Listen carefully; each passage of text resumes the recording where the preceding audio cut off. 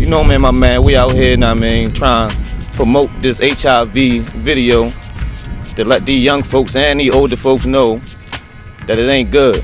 When they told me I had HIV, they told me I was going to lose a bunch of weight. They were wrong. They were totally wrong. I did not lose a pound. I did not get to go to the skinny girl store and buy me nice clothes. I still got to go to the fat girl store. What about kissing? You know, the age group after kissing. How does that affect you in your relationship? I know you're like to kiss. Right. Like to kiss. That's, think about it when you're doing it. Yeah, that is a scary thing, you know what I'm saying? Because you think that as long as I wear a condom, I'm going to get it if she do have it, you know what I'm saying? But you never know. Everybody's a mystery. Nobody going to come out and say. And the messed up thing is a person probably will have it and won't even come out and tell you, you know what I'm saying?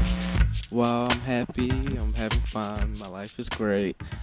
HIV positive, being HIV positive is just like having cancer.